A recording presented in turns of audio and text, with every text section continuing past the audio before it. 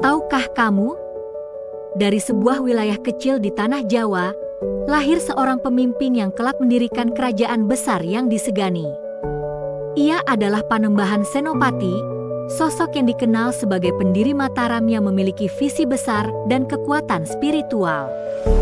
Awalnya, wilayah Mataram hanyalah daerah kecil yang berada di bawah kekuasaan kerajaan lain. Dengan tekad kuat, Senopati mulai membangun kekuatan dan mengumpulkan pengikut setia.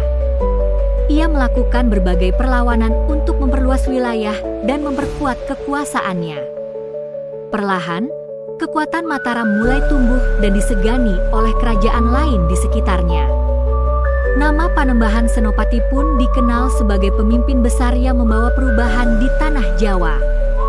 Dari awal yang sederhana, ia berhasil membangun fondasi kerajaan besar yang akan mengubah sejarah Nusantara.